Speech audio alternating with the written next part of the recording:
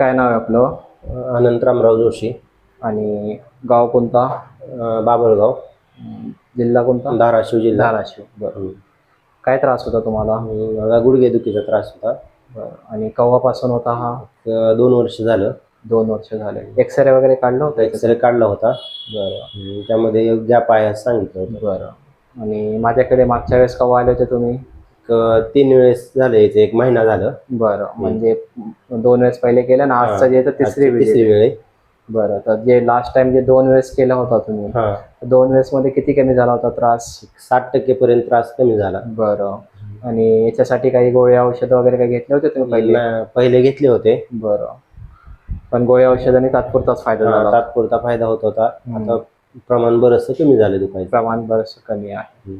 बरं. आणि याच्यासाठी मी काही असे गोळ्या औषध वगैरे दिलं? नाही, गोळ्या औषधं नाही, ट्रीटमेंटनंच फरक पडलाय. बरं. आणि ट्रीटमेंट कसा वाटला तुम्हाला?